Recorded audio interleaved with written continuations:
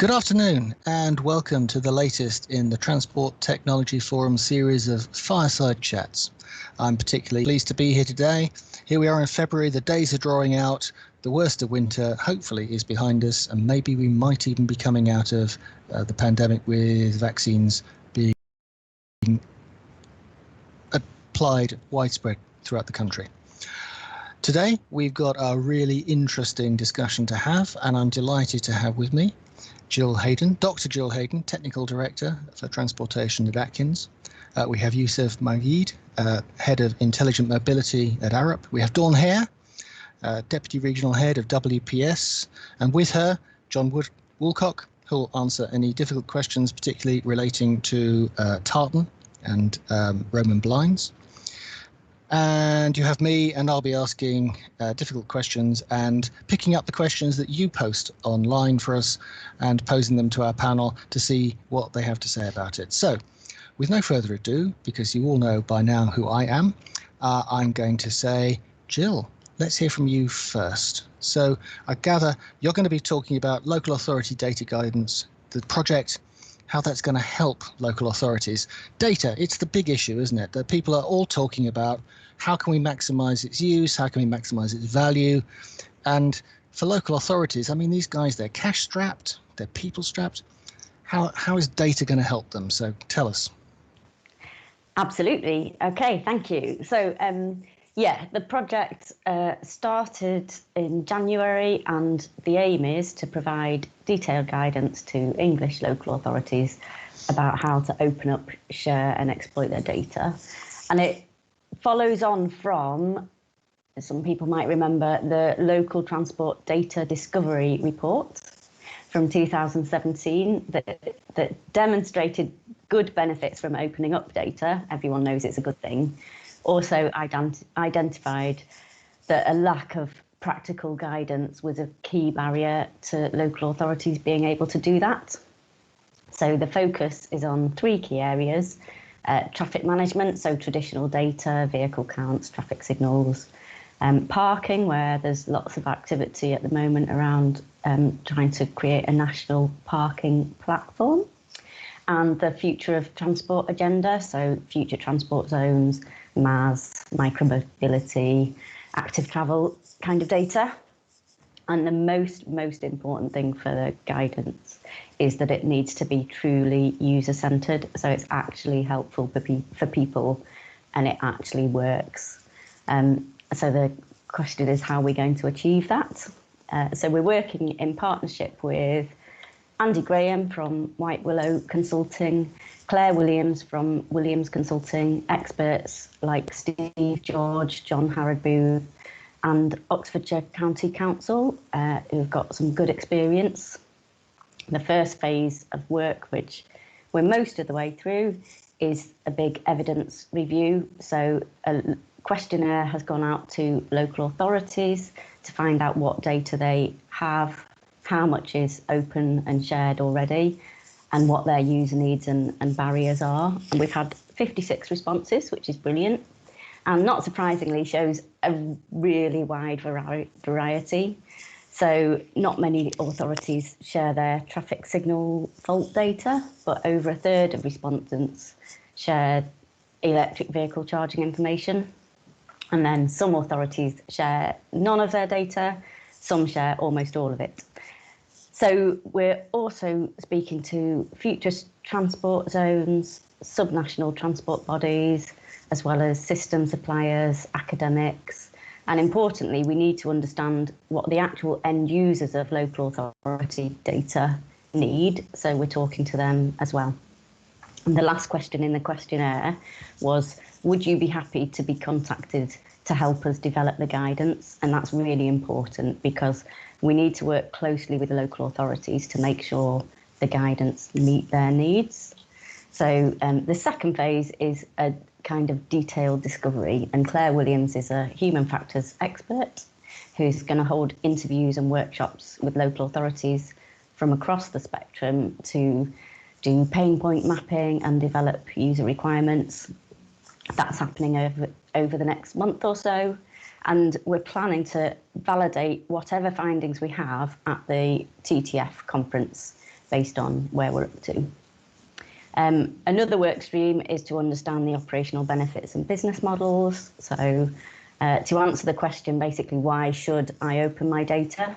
We're looking for exemplar case studies where people have opened and exploited their data and generated actual successful outcomes as a result. And then what will the guidance look like? So the short answer is we don't know. So we basically, the whole point of a user-centered guidance is we need to understand what comes out of the discovery phase and see the user requirements. And hopefully after that, the actual creation of the guidance will be easy. So we do know that there will be case studies, there'll be how-to guides, there'll be business case advice. And the other thing is the pain points can be separated into things around the behavioural drivers of capability, opportunity and motivation. And our guidance will address those challenges. So, for example, motivation, the case studies and the business case advice will help people understand the benefits of sharing data and help them sell it to their decision makers. And another example is related to capability. So we have a really common thing that people don't know what to do about GDPR. So if we provide some standard text that has been used successfully by another authority, then that can be copied by people in future and they'll have confidence that that's going to work. Obviously, make sure it's fit for purpose, but that's so the ideas we've had is plenty of other examples where we can take the lessons learned by authorities who've been through this and start making it easier for those on the journey behind them. So that's a brief summary, basically, of where we're up to and what the plan is.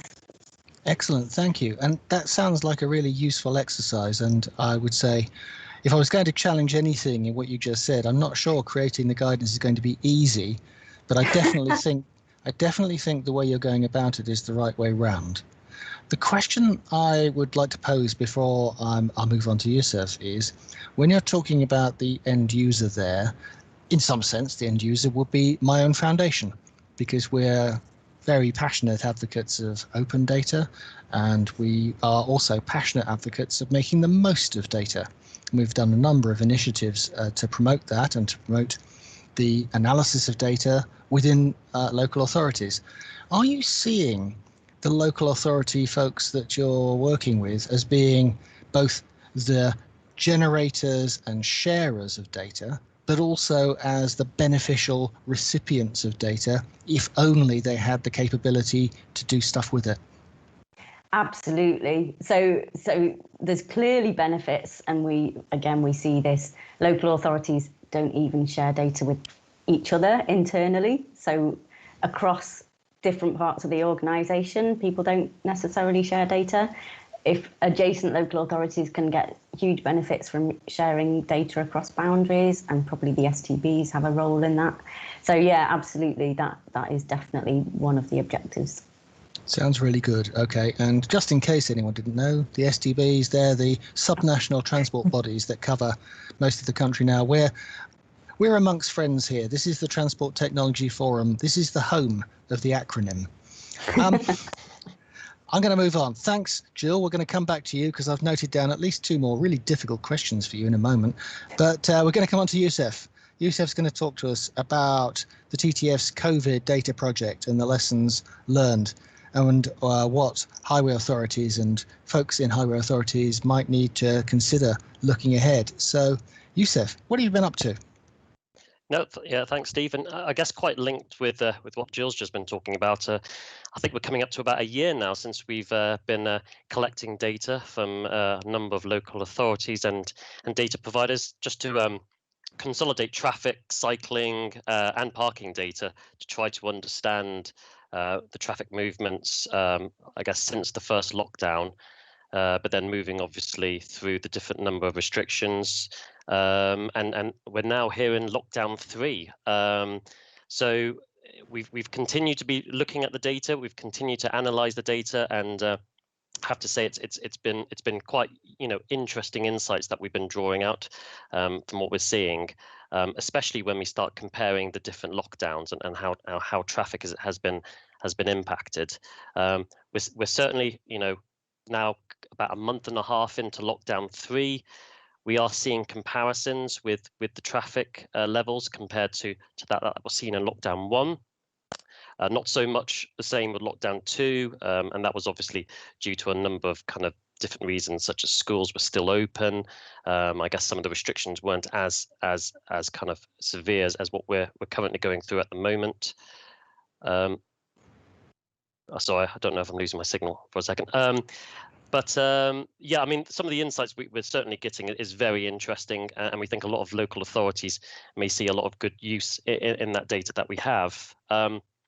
But one of the lessons that I think we're starting to see now, which is becoming even more important, is even though analyzing traffic count data and traffic volume data is very interesting, trying to supplement that with different types of data sets can actually provide some further insights and to actually help local authorities understand what's actually happening in their local towns and cities, especially as we're expecting in the coming weeks and months maybe for some of these restrictions to be eased.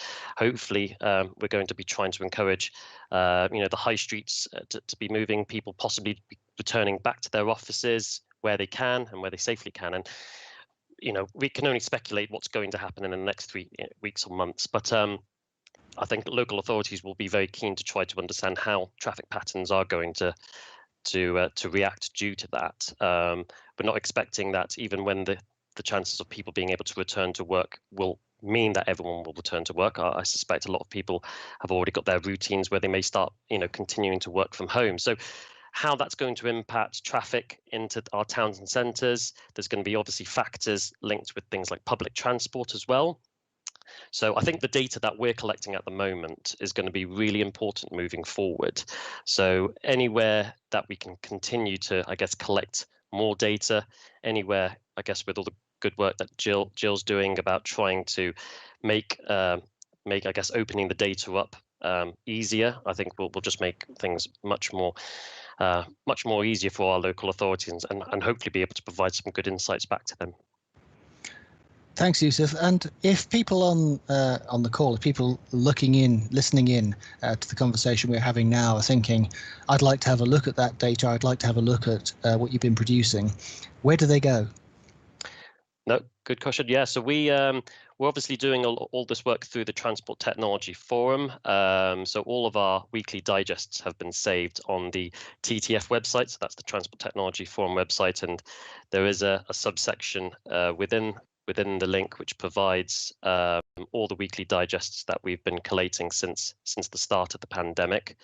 We've usually published them around Wednesday or Thursday every week, and it collects all the kind of insights that we have from traffic counting, from cycling. We also break it down by morning peaks, time of the day that the traffic is being seen. I mean, we've also even got a new slide that actually compares the 3 different lockdowns as well. So there's some quite interesting insights that we're developing off the back of that. So if anyone on who's here in this webcast is interested in looking at that data, there are really quite long and complicated URLs that I could read out to you, and I'm not going to because you'd find it quite hard to write them down. Type in Transport Technology Forum to our old friend, the search engine, and have a look on data, and you'll find a whole load of information there. The other question I want to put to you, Yousef, before we move on to Dawn, though, is it's all very well to look at traffic in the round. I've heard people tell me traffic in this country has come back, it's at the same level it was before, all that sort of thing. But I can tell you this, traffic in the town where I live hasn't. So how do we help people analyse what's going on the roads they're trying to operate, in the towns they're trying to look after, in the communities they're trying to support? How do we get down to that sort of level of detail? I may have lost that last bit of the thing just because of my signal, but I think I got the impression that it was just about how I guess local authorities or people alike would be interested I guess in the traffic in their respective towns and cities. Exactly. It's going from the national down to the local. So currently, actually, with on using our weekly digests, we have we do have some. We have kind of honed in on a few different areas, local areas, with obviously the permission from those local authorities. So we haven't obviously expanded out to everywhere, but we hope some of those local authorities would be able to provide some representation of what is happening, I guess, with similar cities and towns. But I think I agree that some of the data that we're certainly seeing on our local roads is much fewer. But we've started trying to understand the reasonings for that. A lot of it may be down to school runs obviously being reduced, certainly in this lockdown period, and possibly people just traveling to supermarkets and so forth, because as we know, retail and everything else, like hospitality, is all closed. So obviously, if local authorities are keen to obviously understand a bit more what's happening on their data sets, obviously very keen for them to reach out to us, and we can share that data. Obviously, I think that the further we continue and start collecting more data sets from different local authorities, the more likely and the more willing we're obviously going to be to share that wider. So yeah, happy to have those further conversations moving forward. That's excellent. And I think, for everyone who's again on the call today, who are wrestling with the challenges that the TTF is here to help us handle, it is quite clear to me that the more data that's available to us and the more we're able to match up data sets, to understand what's happening, to understand not just what is happening to traffic, but why it's happening, the better our chances are of coming up with the right strategies to handle it going ahead once we're out of these difficult times. Because frankly, I think one of the key things we've discovered through COVID in this context is there's a lot of information to be had if only we had access to it. And once you've got access to it, of course, the key thing is data is just data. What you do with it creates knowledge, and that's so key. Yousef, thank you so much. That's great stuff. We're going to take a different lens now. We're going to look down a different part of the challenges that have faced the Transport Technology Forum membership. Every single meeting, every single conference I have been to that I've chaired for the Transport Technology Forum has wrestled with the challenges, particularly that local authority officers face with procurement. So I'm absolutely delighted. Dawn and John, feel free to chip in here, but Dawn, tell us a bit about procurement considerations. How on earth can a local authority officer, faced with the opportunity offered to him or her by a technology company, navigate their way through when it will be just so much easier to get last year's contract out, change the date, reappoint the same people, move on. Councillors are happy, it's low risk. You're happy, you haven't bothered your procurement guy who's far too busy doing other things, and yet we could be missing out. How do we avoid missing out? It's very quiet, Dawn. I can pick up. The mute button, the ever-ready mute button. So yeah, one of the things that we've really been looking at CCS is exactly those challenges that are faced, and also for how does your procurement officer understand all the challenges that your sustainability officer, your transport manager, all the things that they need. So what we are in the process of doing is setting up a smart and sustainability hub, which will allow you to have access to things that go beyond that procurement. So things like security considerations in that procurement. So actually, have you got all of your security considerations in there? We've partnered with people like CPNI and NCSC. We're in the process of producing a playbook, which ultimately will become an interactive playbook that you will be able to go through and navigate to help you through those. But equally, if you're looking at a project that's around that with that data in mind, we can get those partners to come in, take a look at the project that you're doing and put those security considerations in from the start, because sharing data is great, but there are also ways that sharing data can go wrong. So we can make sure that those considerations are put in from the start and are built into your procurement from the start. So in terms of the ITT you put out, how much data you share to the organisations that you're putting out, because actually there may be things that you're sharing that you perhaps don't want in the public domain. So we can get them to look at that and go through that with you and help you. We're also working on things like common specifications. So it was interesting to hear Jill talk about, taking pieces of GDPR that one council's done and put it into it so that another council can use it. But we're looking at actually developing common specifications, because actually many people are going to have the same basic specifications. There may be lots of things that need to change and that are bespoke, but there's a basic specification that underpins the vast majority of procurements of any type when you look at what somebody's actually doing.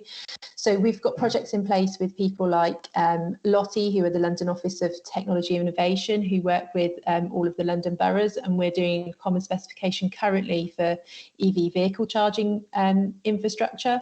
And that can obviously include how that data is shared and operability, so that we can get that you can go down one side of a road in London and one side's one borough and one side's another, and the infrastructure doesn't talk to each other.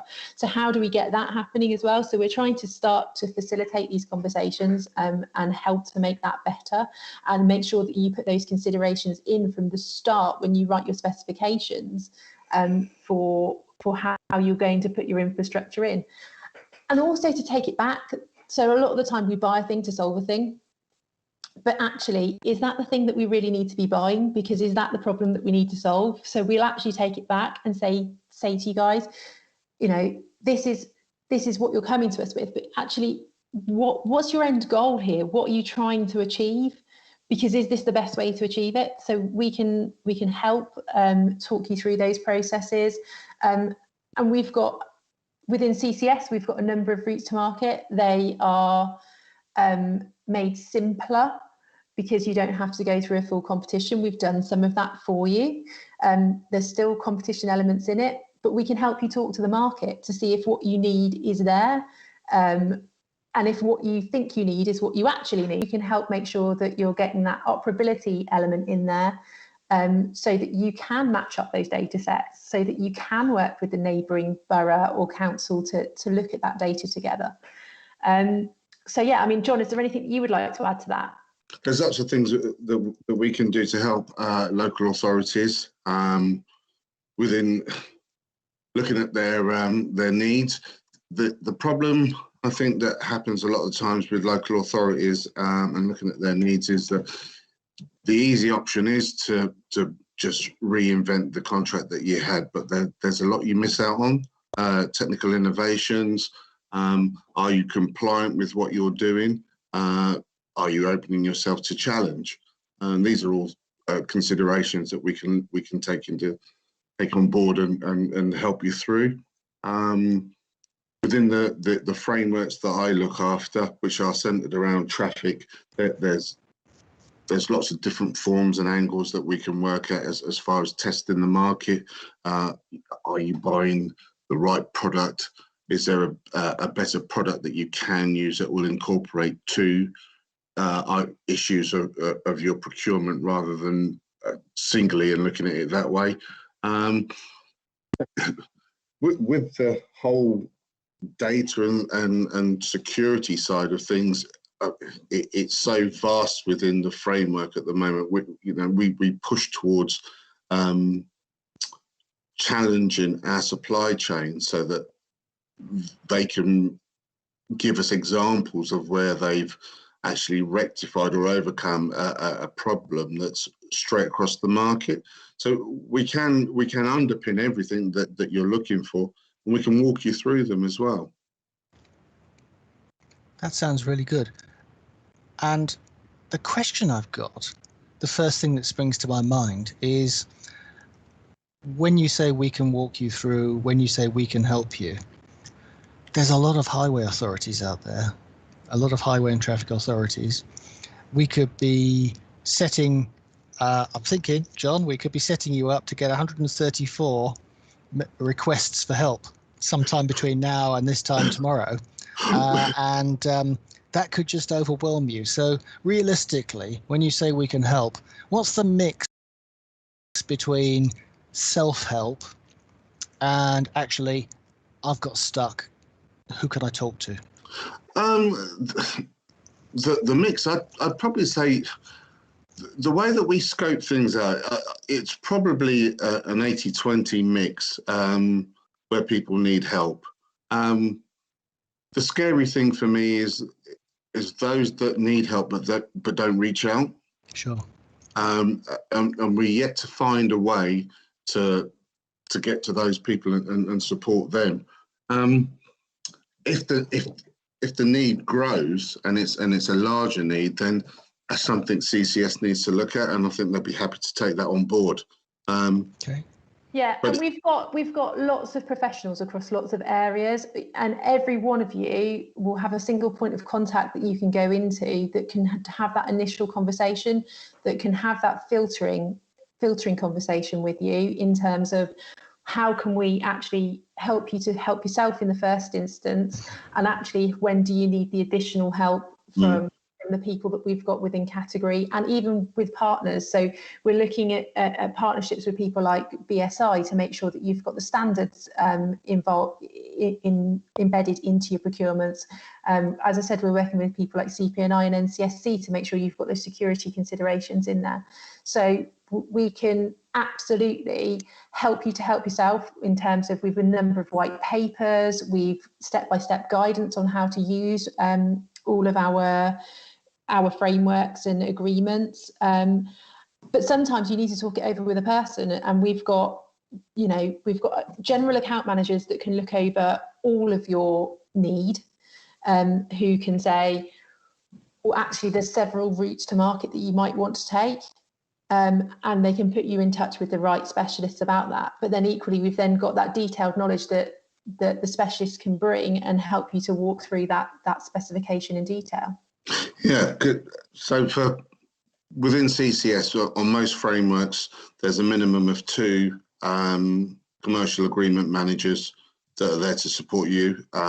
Below them, there is what's known as a procurement specialist that will look at the day-to-day problems that you get and collate all of those together, bring those together, and we'll see if there's a common theme that's across the country based on that framework, and work on it from there. Drill down on that and find a quick and easy answer. It sounds like a tremendous service that you're offering here, and it's very, very impressive. I'm just wondering, and I don't know the answer to this, but hopefully someone's going to post it in the chat. If I went onto the TTF website as a local authority officer, would I be able to find the fact that all of this advice and support is available? Would I find easy links? Because I think that's so important. But just while the people who are able to type into our chat thinking about it, it strikes me that whilst the advice is there for the procuring authority, one of the key things for the TTF is for the supply chain to know the advice is there as well. Because if you're trying to engage with your potential customers and they're feeling a bit reticent, they're not quite sure what they're doing, if you help them to access the advice that the CCS can provide, that's going to help the whole process along. Yes, definitely. Within the 2 roles of the commercial agreement manager, one usually centres around the customer's needs, and one usually centres around the supplier's needs. That works quite well because it leaves us in an arbitrary position, which allows us to make a good judgment based on what's coming from the customers and filter that down to the suppliers. So when we're building a framework, we'll look at what the customer's needs are at that time, and we'll align that with the supply chain and say to them, look, these are the areas that you need to look at to get onto the framework. This is what you need to be compliant with. This is what you need to be looking at. This is how you need to be future-proof in the market. And if there are suppliers that you know that are not on frameworks that you know we need to be working with, we can educate those suppliers on how to, because getting onto a framework or dealing with public procurement in general can be difficult for suppliers, especially the smaller SMEs. So that education process is there, and we're keen to do that. we do it already, but we can actively do it more. And there's things that we've got planned in the marketplace to do that. And where we look at making, for example, our agreements more secure and put those recommendations in from people like CPNI and NCSC at agreement level, we need to make sure that the supply chain can actually deliver those. So we're starting education programs to help those suppliers do that. So not only we will work with the existing suppliers on existing frameworks to ensure that they're there, but if there are suppliers that you think we should be working with that we're not, we're happy to engage with them about how they can get onto agreements in the future. Excellent. Part of my role in being chair and part of my role in these webcasts is to be the most ignorant person in the room. So I'm just going to check, Dawn, CPI, NCSC, just in case anyone didn't know. So now you're going to challenge me. So NCSC is the National Centre for Cybersecurity. Okay. And CPNI is the Centre for Protection of National Infrastructure. Right. I think I've got that right. So okay. They are part of the security services in this country, and they will provide a lot of the guidance there. As I said, we are working with them currently to help provide a playbook that can make it easier for people to go through and identify where those security risks might be in your data, and where you may inadvertently layer different things and then actually create security risk. So how to avoid doing that. So that stuff is coming, and we're working with them to do that now. There are other things obviously out there as well, but we're looking to make the frameworks themselves more secure. So you have to think about it less from the start. That's not to say that you shouldn't think about it at all, but we're looking to add those tools and templates and boilerplates so that you can absolutely use it from the start yourself and understand it yourself. But equally, we will go in on a project by project basis with those services and look at that for you. Yes, resource will become a problem at some point because it is kind of finite. But if you've got a big project coming on, you're absolutely welcome to contact us. And as I said, everybody will have an account manager. It may be that we haven't been able to contact you because there are so many different organisations across the wider public sector, but we're a relatively new team. We have got 40 or so people covering across just wider public sector organisations. So we don't look at central government organisations, we just look at the wider public sector. And we look across all the frameworks to help you. And if you want to put a contact name for myself or Andrea on your website, we'd be very happy to do that, and we can easily direct you to the correct person, and they can do a bit of that digging for you so that you don't have to. I sort of think the purpose of this afternoon session is almost done. We could probably wrap up there. Thanks everyone. This has been great. We're going to update the website with the contact details. All of the advice and help is there, and it's not just help and advice that you can read. It's help and advice from real people who actually want to make a difference. So that is absolutely brilliant news from the TTF, and we will make sure that that's captured. So thank you. That's brilliant. I have one more question before I'm going to go back and ask a really difficult question of Jill, who's been sitting quietly there thinking that she's got off easily. And that is, we've talked a lot here about the challenge of procurement, and it is difficult, and you're buying something that's unfamiliar, and maybe the way you specify what you want is not familiar to you. But one of the challenges that's come up again and again at TTF events is I'm buying something as an experiment. It's a pathfinder. I'm not sure that it's going to work. Is there any advice that CCS can provide on that front, that you're not buying a proven traffic control system, hard as that is? What you're actually doing is buying something you hope is going to work, but maybe it won't. Yeah, I think one of the routes that you can take with that is prior to actually buying it is the EOI, or an expression of interest, and or an RFI with a request for information. Now, within that, we'll help you develop that as well from a CAM perspective. So we'll look at that and say, are you asking the right questions? Yeah.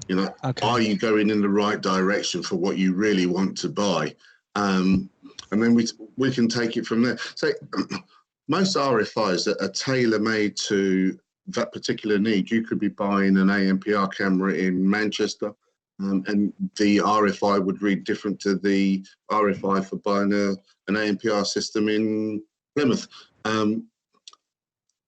It's part of the role and the duty of a CAM to keep the customers safe in that area, and to encourage the supply chain to give data around the innovations that they've produced to help make a qualified answer on what they're procuring. So the element of buying something off of on a whim that may or may not work should reduce if it's managed that way.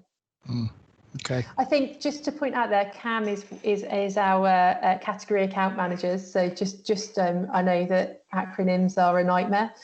And also to say that we can also put you in touch with customers that have done it before you, so that you can learn lessons from them. And often we've got customers that are happy to do that and that can share that advice with you. And what about stories? I'm thinking here, sometimes it's so much easier to understand processes or understand what something's happened if we're able to say, this is the advice that we gave to that authority, or this is the way that this project went, including, if people are comfortable with it, this is what we learned with the benefit of hindsight. Is there anywhere people can go for that sort of material? Well, as I said, we've got a number of white papers, but we also do look at testimonials with customers effectively to go through what they've done before. We've got a number already, but they're the things that we're always trying to get more of, and that obviously takes time from people. But one of the other things we can't do is where we haven't got maybe a testimonial or an experience written by another member of, looking for something that you're looking for exactly, is to look through those that have already done it before you and go through their experience with you. So we might not have that recorded, but absolutely it's something that we're trying to do more of. And in the interim, we can always try and connect you with those other customers we know have gone before you, so that you can learn from their experiences. Excellent. Right. I promised I was going to come back to Jill, so I want to bring Jill and I want to bring Yousef back into the conversation here. And the thing that occurs to me, Jill, is I just wonder, in making more data available, just how much you're finding that folks in local authorities are worried by, scared of even, the constraints of GDPR, the risk that, yes, we might like to release data, but oh goodness, what if I trip over GDPR? What if I release personal data by mistake? Is that something that's come through in the work that you've done? Yeah, absolutely. And interestingly, it's come through many times. So we actually wrote the connected vehicle data research for the DFT last summer, and that was one of the key findings there. It came out, I think the DFT are creating a data strategy at the moment, and that's one of the thoughts in that. It was mentioned in the local transport data discovery report that I mentioned. So it is a recurring theme, people being concerned about GDPR, and yet what we find is that it's not an actual barrier, it's a perceived barrier. So quite often there are no GDPR issues, but because people don't feel confident and they're worried about getting in trouble, they don't want to take the risk. And so that's what we want from the guidance, is to help people understand where it is completely okay actually, and as long as they follow certain things, there will not be an issue with GDPR for them if data is anonymized and all the rest of it. So that's the plan for the guidance, I think. I've also made a note that the guidance will definitely need to reference the CCS service. That sounds so amazingly useful. Absolutely so. And Yousef, I'm just thinking here, a lot of people, and I recognise this, when GDPR arrived and we sat down in the foundation and tried to work out how is this going to affect us, it all seemed like it was quite worrying. There's a lot to do. Might that be one of the issues behind the fact that we haven't got more data feeding into the traffic monitoring that you've been doing? Is it because people don't want to release it, or they're just too busy, or maybe they're concerned that they might be releasing data that in some sense is personal. They're releasing potentially images of vehicle registration marks or the like. Is that something you've encountered? Not personally. I think, to date, I think our experiences with a lot of the local authorities and data providers has been excellent. It's been a really collaborative front across all local authorities. So, once again, thanks to all data providers and local authorities who have been helping us. I mean, if there have been any concerns or issues, they're usually quite limited, and usually they're open to discuss them, and we have talked through and obviously reassured that anything that would include things like number plates or anything like that, we would just be discounting and discarding, and that would not be forming part of our analysis whatsoever. It's certainly not the data we want to be analyzing or holding anyway. So again, if anyone is listening or watching and has had those concerns, obviously just wanted to reassure them that is nothing that we're looking at. Quite a lot of the data that we're using is aggregated anyway, so we never really focus down to any particular vehicle, or we're usually using quite large numbers anyway. So that I think would be my point. One thing that we're also looking at in addition to traffic is parking. So this is something that we're focusing on at the moment, and this is really just to complement a lot of the traffic data that we have. And the reasons for that is it's more about just trying to understand how much traffic there is, but actually where people are traveling. And we recognize that maybe some data providers may think that's concerning, or there's obviously with a number of parking kind of data sites, there's obviously ANPR associated with that. So again, happy to have those conversations with parking providers to see if they if they can open up some of their data, and if they do have concerns, but we're happy to talk through to them. But that we're certainly not looking at any sensitive data like that. Okay, thank you. And I'm going to come back to Dawn and John, because one of the things that I remember caused a bit of a flutter in the dovecot, if I could put it that way, is the idea that data collected for one purpose isn't allowed to be used for a different purpose. And I just wonder, in the world of making sure people don't trip over and they don't start doing something and then find that they've inadvertently done something that they shouldn't have, is that something that might have come up in any of the work that you've done, when people are getting out there, they're buying something, they're buying a very specific product or a very specific service. It's going to generate data because it just is, and they'd like to use that for something else, but suddenly they're worried that they're not allowed to? Yeah, is the short answer to that. It does come up. It does come up with ANPR, but with ANPR, likewise, most cameras that have the ability to surveil, they're covered by the Code of Conduct for CCTV. Yep. And that drills down into different areas. I know there is a move now at the moment for all the information to be gathered in one place and broken down into sections for whatever needs that it needs to be used for. And again, a lot of that is governed by the National Police Chiefs Commission. So if you don't attain a license to do it via their ways, then you won't be able to do it anyway, and they wouldn't reach our framework. Okay, so it is a concern. Sorry, Dawn? I think there's also something there about specifications from the start. So, in terms of when you're going out for procurement for something and you think that data might be used in more than one way, obviously things change and you might not always be able to know that. But if you can build it into specifications from the start, you're kind of building in those safeguardings from the beginning. And again, there's where we may be able to point you to partner advice, around the security and data implications that there are for you, and we were happy to try and do that. It's such an important thing, isn't it, to think ahead, not to be too narrow in thinking, this is what I'm doing, this is the data that might come through, it's all in a box, and miss the idea that all of this data is potentially useful, and it becomes more useful when you match it with other things. And if you think into that mindset at the outset, and as you say, Dawn, get the procurement right in the first place, you can avoid a whole host of problems down the track. Yeah, it forms part of the bid pack anyway, with us on certainly on the frameworks that I'm on. It has to, and it's a pass or fail question. Are you able to give an example of using the code of conduct? And if you can't, then you don't make it to the next stage. Sure.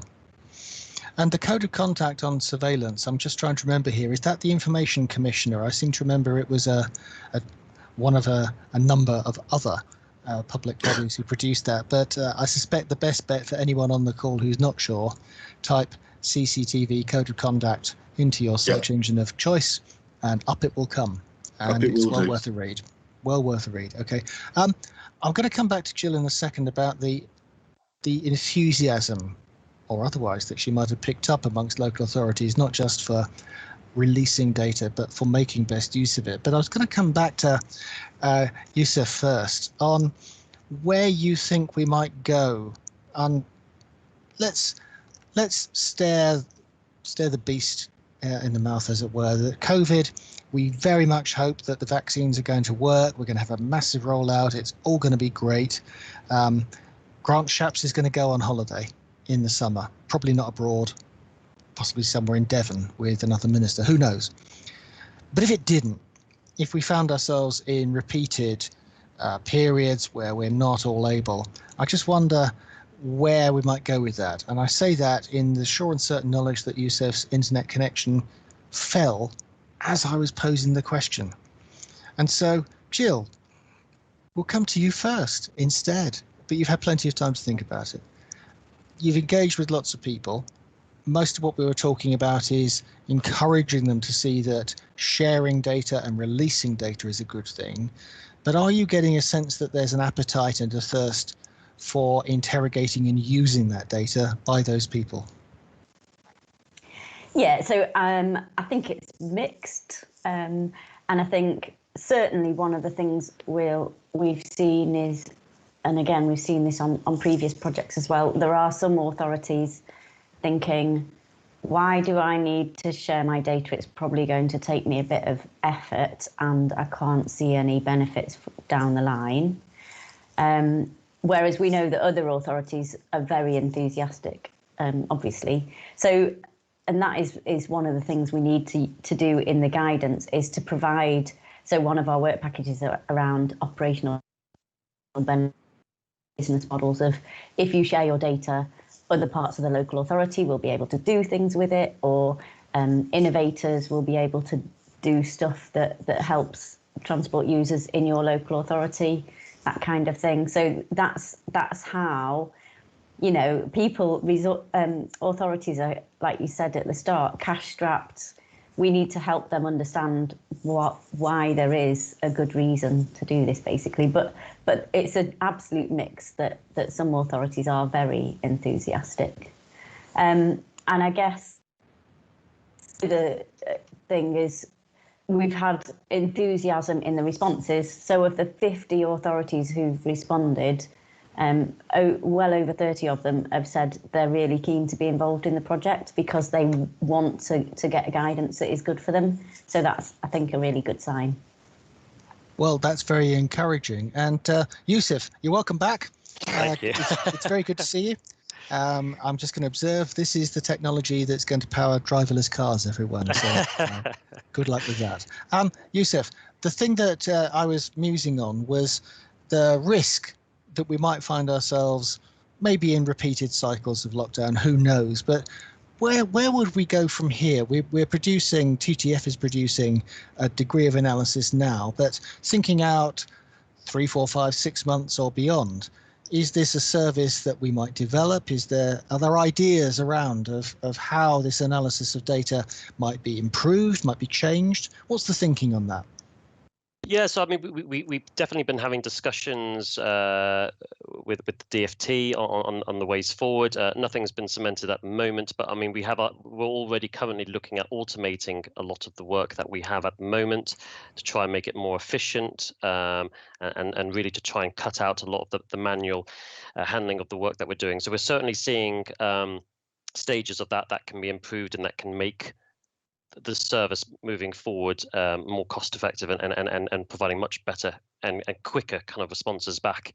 So hopefully that there may be a need that we may be able to provide data at a much more regular or frequent need if that was what local authorities were interested in. In addition to that, as I kind of mentioned earlier, we are trying to add some further insights into some of the traffic data we already have at the moment. So we had been looking at cycling data and some of the active travel, and we're going to continue looking a bit more into that. So we're starting to try to see if we can get hold of some more active travel. So if there are any local authorities or data providers that are keen to add that, we'll obviously welcome to continue.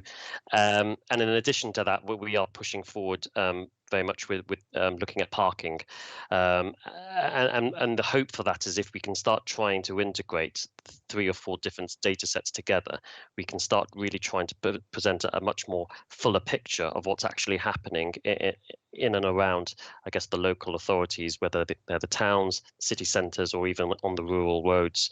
And I think from there, we're hopefully going to move into a place where I think over the last few months, it's very much been about consolidating the data and trying to make that work. And now we're in quite a good place. It's really now about trying to draw out some further insights and start trying to actually get some really interesting messages that we can start sending back to local authorities.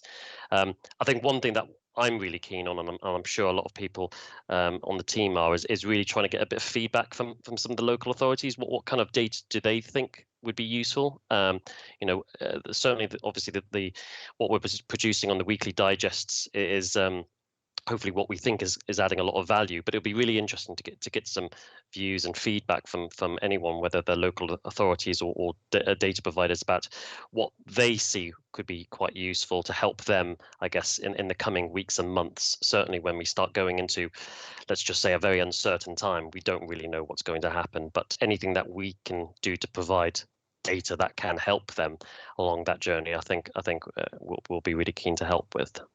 And I know that, as a matter of fact, that as we're all on screen and we can't currently see Darren Capes sitting in his man cave observing us as we're having this conversation, it does strike me that one of the actions we definitely should take away from this conversation is, when is the next opportunity? Maybe it's the TTF conference that's coming up very soon. Go on our website, have a look. It's going to be a good one. Maybe there we need to have that conversation that Yousef's talking about, because it's so important that we're not just generating data it looks interesting to us, but that's not the test. Just as we were talking about, Jill, earlier on, just as we're talking about on the procurement front, it's so important that what we're generating is actually resulting in people taking better informed decisions. So I have been guilty myself in the past of damning with faint praise. I'm looking at data that looks quite interesting. I've logged it in the back of my mind. Did it make me change a decision? Well, possibly not. And in this instance, I think that there are some really important national decisions that this data has been informing. Are people observing the lockdown? That's a key one. But as we roll forward, as you say, with things like parking provision, understanding how well is it used, how intensively is it used, and indeed start to model, as I know some authorities are, what if we started to roll back on it because we want to bear down on car use and promote active travel and promote public transport use. All of those things are absolutely key.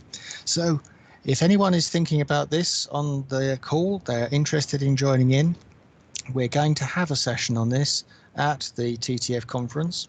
The new shape of traffic is what we're calling it. None of us knows exactly what that's going to be, obviously. The only thing we can say about the future with any great confidence is it hasn't happened yet. But the more that we understand how people have reacted, how the traffic patterns have changed, and whether indeed the new normal turns out to be different to what we had before, that's really what we need to be focusing on, because that's going to affect to a huge extent whether we continue to wrestle with the traditional morning and evening peak, or whether we're actually trying to cope with, manage a different pattern of use of our roads, be that by private cars or by other means. So, I mean, Jill, one of the things that interests me also is you're talking to local authorities about what they have and what they could release, and indeed what they could learn from it. Have you picked up at all the things that they would love to have but haven't got? Yeah, that's actually one of the questions in the questionnaire is what data would they like to have access to that they don't have, and there's another one around what data. Oh, I can't remember. No, it's gone. But yes, that is something we're asking about. And I guess the other thing is we're sort of looking at future transport zones, because they're probably doing things a little bit ahead of the curve, and so potentially are thinking more about future uses of data. They can input to the information as well. Okay, that'll be really interesting to see how they respond to that, and what it is people would like to know. So I think that what we haven't got time really to go into today, but maybe a subject for a future session, is there's the data that you collect from observation, but there's the data that the vehicles are collecting. Frankly, your car, if you have a car and you bought it within the last 10 years, probably knows more about your driving habits than you do. And that's something we might want to drill into in a future session. But I'm acutely conscious that we've kept people for coming up to the hour, and we keep these sessions to the hour so they stay interesting and people can fit them into their busy working lives. I'm just going to go around my screen and see if anyone wanted to fire in a final thought before we wrap up. So I'm going to start with Dawn, and we're going to go Dawn, John, Yousef, Jill, in that order. Dawn, any last thoughts from you? Yes. No, just to say that, if you do need help from anybody at CCS, we'll make sure you've got contact details, and we'll be able to quickly pass you through to the correct person to talk to you about your needs. Splendid. Thanks, Dawn. John? Yeah, just to echo what Dawn said, if you need any technical advice, or if you need any information via the frameworks that we've got, just reach out to me. Excellent. Yousef? Yeah, just again, as I mentioned, just wanted to thank again all local authorities and data providers that have provided data over the course of the last year. And obviously, yeah, feel free to look at the weekly digests at the TTF website. Feel free to contact us if you have any questions on those digests, or if you're keen to either keen to provide some data or interested to know a bit more about what we do. We're obviously always happy to help. Brilliant. And Jill? Yeah, so thanks for the local authorities who responded to the questionnaire and all the other stakeholders we've been talking to. There's still time to respond to the questionnaire. I think the official closing date is tomorrow, but that won't be a solid, hard closing date. And yeah, watch this space, and there'll be more information about the guidance and more engagement over the next couple of months. Excellent. Well, look, I'd just like to say a big thank you to all four of you for taking part today. It's been really interesting, and not just interesting, it's been really encouraging.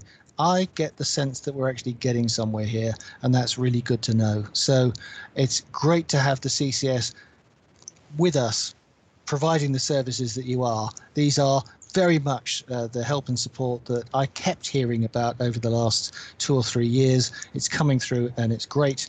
It's great that we're doing more with the data, and that Yousef is pumping out material that's going to help us take decisions.